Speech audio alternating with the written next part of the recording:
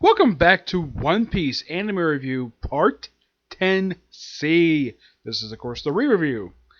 Yeah. This one I'm just reviewing episodes 111 to 121. Why 121? Despite the fact it's still technically not the end of the arc and there's still more stuff happening. Well, I originally was going to stop 120 because that's like halfway through the remaining 20 episodes. But I am doing 121. What you going to do? Okay. The episode starts off with basically Luffy being nearly buried alive by Crocodile. And him getting, well, this is of course after he gets stabbed by Crocodile at the end of episode 110. So Crocodile pretty much just buries him alive. Yep, he walks off.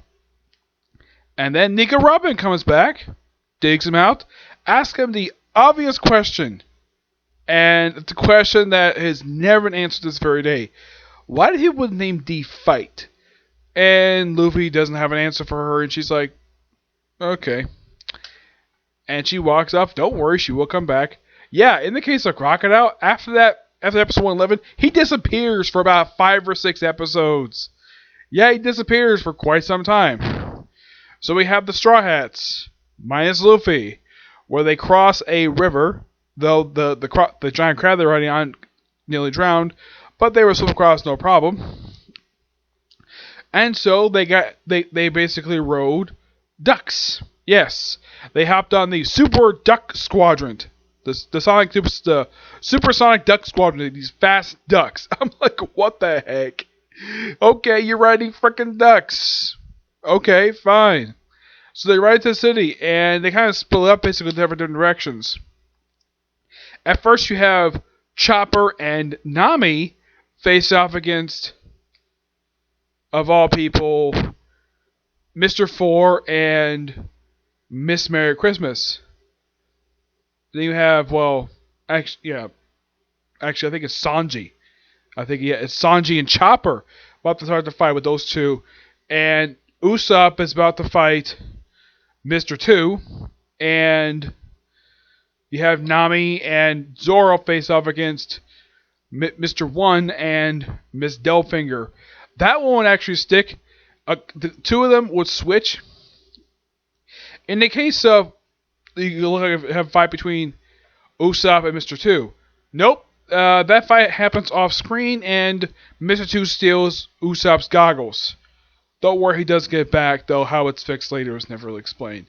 So he ends up pretty much fighting, Mr. Two. Mr. Two ends up fighting Sanji after they basically kind of swap places. Usopp got outside and basically spent a couple episodes with Chopper. So this is, of course, the first fight they show, where they have these two fighting off against Mr. Four and Miss Merry Christmas. They show off, also, they apparently have a weapon who's got a Devil Fruit power. I'm like, even I agree, this was so strange. I mean, a gun that ate a Devil Fruit. Really? Okay. And here's the thing, they've never explored this concept ever again. We've had fishmen, we've had other creatures, humans, but a gun eating a Devil Fruit. Wow, this was so silly. And apparently a dog Devil Fruit that shoots out baseballs. Okay, and Mr. Four is just really strong. And here's the strange thing. Unlike the other members, unlike the other agents who are part of the Baroque Works, this guy doesn't have a Devil Fruit power. He's just really strong. It's never shown he's got a Devil Fruit power, but Mr. Christmas does. Oh, yes. You know what I thought was quite strange, though, about everybody's partners? I mean, Mr. Two doesn't have a partner. But everybody who has a partner, with the exception of Mr. Four, it's like, damn, their partners are smoking hot women. Well, Miss Merry Christmas is an older woman. Oh, yeah, and she has Devil Fruit power. She can transform into a mole. Yep. And at one point, Usopp basically pulls out this giant 5-ton hammer and whacks Mr. Four in the head. Yeah, this hammer is actually a fake. Yeah, it's actually just 2 frying pans, a piece of paper, and some other things he just found lying around. And Mr. Ford had a big bruise on his head. And Miss Merry Christmas was like, how are you lifting a 5-ton hammer? Not really, anyways. At several points, basically, Mrs. Merry Christmas is basically pulling on Usopp and he wreck him to basically these ruins. What these ruins are, it's explained early on. This apparently was the previous civilization that was in Alabasta. but it's never really explored at all. And also forgot to mention this in my last video when they have basically they had Zoro, Usopp, and Luffy, and they fell into this tomb. There was a poneglyph there. Yes, a poneglyph. Those know what a poneglyph is. These are gigantic cubes. Where they're made is it's implied they're made in Wano, but it's never fully explored. They apparently are made. Apparently, it's supposed to be like the unknown history. They don't really explain what these things are until like they explain a little bit in this arc, a little bit later, but it's not a full explanation of what these things are until Edro's lobby. And the Wolf government does not want people studying them. Apparently, it's a crime to study these things. It's not a crime to know about them or have them. It's a crime to study and decipher these things. I'm like, that's an absolute stupid crime. And I'll discuss that when I discuss Edro's lobby and how utterly ridiculous this is. But that mainly ties Nico Robin's backstory. Yep. So, and in the case of Sanji versus Mr. 2, this fight lasts entirely one episode, unlike everybody else's fights, which last about like almost 2 full episodes, like maybe like an episode and a half. Sanji's is like really quick, and at several points you have Mr. 2 transforming into Nami, because, well, he can. And he ends up basically beating him pretty easily. And he does spare him, but he does hit him in the head and takes back Usopp's goggles. And as in the case of Usopp, well, he basically just fight many exploding baseballs to the point where Chopper, after they defeat Mr. 4 and Mr. Merry Christmas, he had to pretty much bandage him almost head to toe, put him almost in a body cast. Yep, and they do win the fight. In the case of Zoro versus Mr. 1, this is quite interesting. Probably by far, with the exception of what goes on with Crocodile later, by far the most interesting fight. It's not like an embarrassing fight like another fight we'll talk about in a minute. This fight lasts for 2 episodes. And he basically, Zoro tries his hardest to basically, was like, oh yeah, I'm going to learn to cut steel. And eventually he does. And he ends up defeating Mr. 1 after having a flashback to when he was teaching. This flash, it looks like it takes place between the death of his childhood friend, Kuna, and before he left off, when I had a flashback and had back in the, I believe it was the, I think it was the Bastille arc, I think it was, where they had that one standalone episode where they explored his backstory before they did Sanji's. That I thought was quite interesting. They had this little flashback, and he basically, the flashback is simply like, hey teacher, is it true that there's an ability you can cut through anything, including steel? And the teacher's like, yeah, there is. And he teaches him. And he doesn't really get it until like, apparently he doesn't get it almost 10 years later. Apparently. And thanks to him basically learning the ability to cut through steel, he's able to defeat Mr. 1 pretty easily after basically slicing through his belly. Though he survives, and oh, and don't worry, he will return in Impel Down. Yep. Now on for the most embarrassing fight of this entire thing. Nami versus Miss Delfinger. Oh, and I forgot to mention, Mr. 1's effort ability is that he had the dice type, so he can turn basically his body into a blade. Which I'm like, that's pretty cool. Now, in the case of Miss Delfinger, she can turn her body into spikes. And this could be anything. Her basically, her fingers, her breast. Yes, she can turn her chest into spikes. Even her mouth. Yeah, I'm kind of glad that she didn't turn. Now, I wouldn't be surprised if she could turn her own feet into spikes. I'm kind of glad she didn't turn her own groin into a spike. That would be kind of stupid. Or at least her eye. Yeah.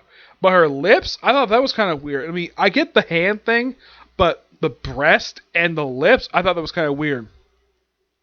And Nami tries for quite a while to try to beat Miss Delfinger. And like, try many things, like shocking her, doesn't do very much to her.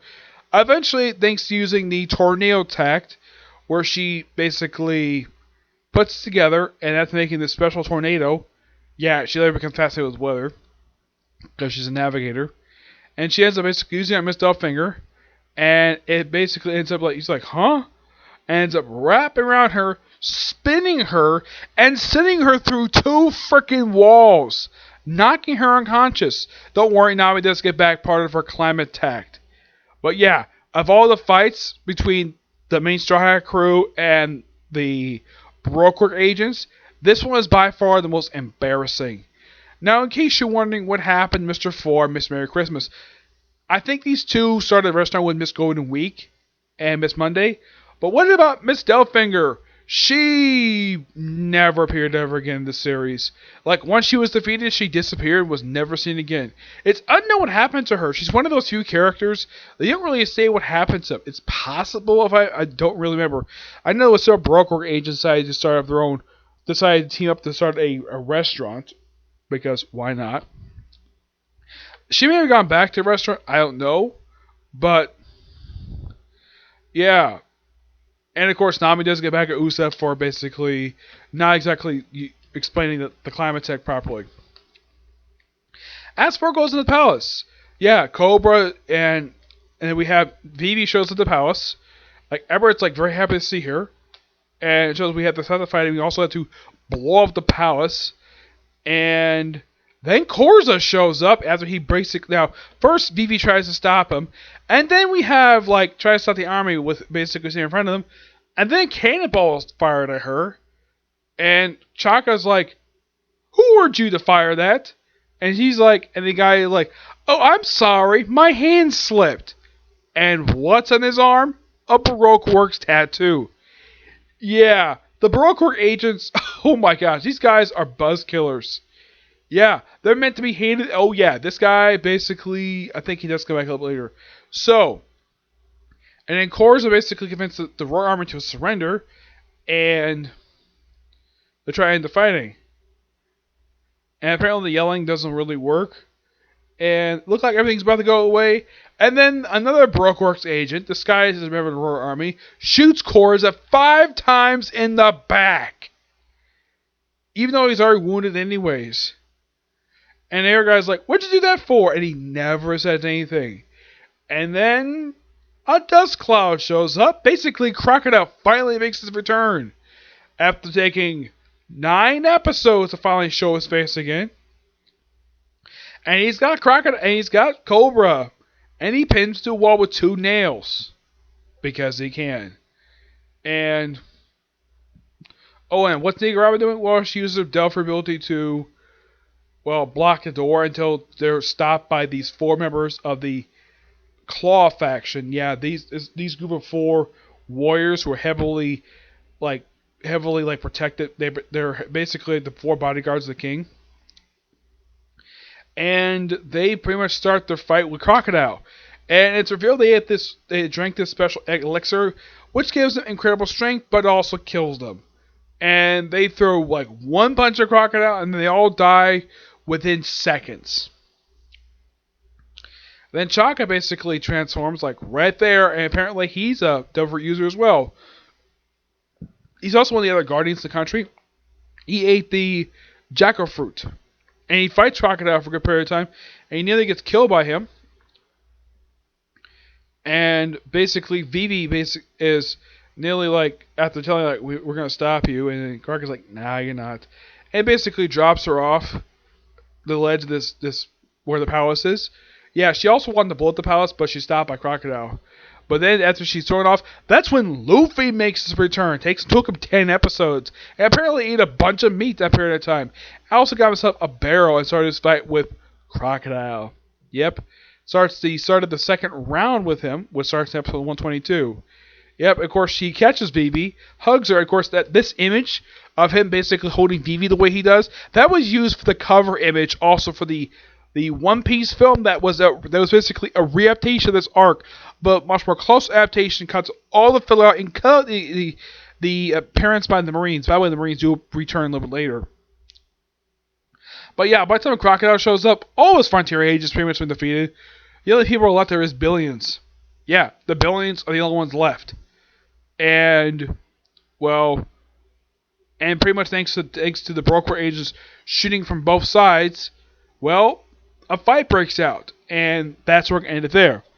Yep. Now, my next review for this, basically, we'll finish up this particular arc. It's going to be about 9 episodes, per se. Though I'm about halfway through episode 122 right now. I'm definitely going to finish it probably in a few hours. And probably expect to see also probably a comic corner probably today as well. Yeah, but this is really good episodes. We're getting very close to finish Alabasta, which is the first really long arc of the series. Now, there will be a few other arcs of the series after this one that are going to be, well, multi-parters. It's going to be the following arc, basically going to be like this. After this one, the next one will be until we have Skypiea is going to be multiple parts, along with Water 7, Eros Lobby, Thriller Bark,